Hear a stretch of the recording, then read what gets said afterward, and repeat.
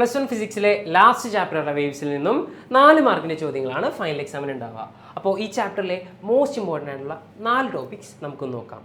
First നിങ്ങൾ പഠിക്കേണ്ടത് displacement relation of A progressive wave ആണ്.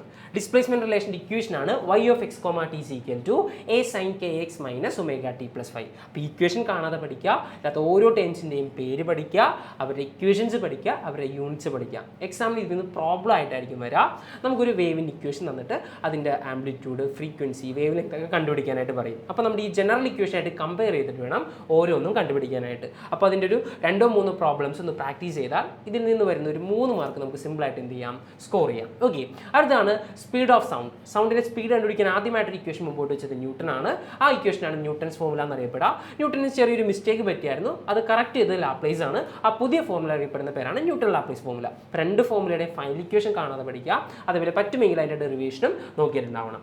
ദെൻ അടുത്ത് നമുക്ക് പഠിക്കാനുള്ളതാണ് സ്പീഡ് ഓഫ് ട്രാവലിംഗ് വേവ്. നമുക്കൊരു ട്രാൻസ്വേഴ്സ് ആയിക്കോട്ടെ, ലോഞ്ചിറ്റ്യൂണൽ വേവ് ആയിക്കോട്ടെ, ഡിഫറെൻറ്റ് മീഡിയത്തിൽ അവർ ട്രാവൽ ചെയ്യുമ്പോൾ അവരുടെ സ്പീഡ് കണ്ടുപിടിക്കാനായിട്ടുള്ള ഇക്വേഷൻസ് ഉണ്ട്. ആ ഇക്വേഷൻസ് കാണാതെ പഠിച്ചു വെച്ചേക്കുക, അതിന് പ്രോബ്ലംസ് എക്സാമിന് ചോദിക്കാറുണ്ട്. ദെൻ ചാപ്റ്ററിലെ മോസ്റ്റ് ഇമ്പോർട്ടൻറ്റ് ടോപ്പിക്കാണ് സ്റ്റാൻഡിംഗ് വേവ്സ്. സ്റ്റാൻഡിംഗ് വേവ്സിൻ്റെ കേസിൽ stretcher string, open pipe, closed pipe, ഈ 3 കേസിലും എന്താണ് നമുക്ക് ഫ്രീക്വൻസിയുടെ ഫൈനൽ ഇക്വേഷൻസ് ഡിറൈവ് ചെയ്യാനായിട്ടുണ്ട്. അപ്പോൾ ഡെറിവേഷൻ അടിപൊളിയായിട്ട് ഫിഗർ അടക്കം വരച്ച് പഠിച്ചിട്ടുണ്ടാവണം. ദെൻ അവരുടെ ഫ്രീക്വൻസിയുടെ റേഷ്യൂസും നോക്കി വെച്ചിട്ടുണ്ടാവണം. ചിലപ്പോൾ ഫ്രീക്വൻസിയുടെ റേഷ്യോ തന്നിട്ട് അത് പ്രൂവ് ചെയ്യാനായിട്ടായിരിക്കും എക്സാമിന് ചോദിക്കാറുള്ളത്. ഓക്കെ.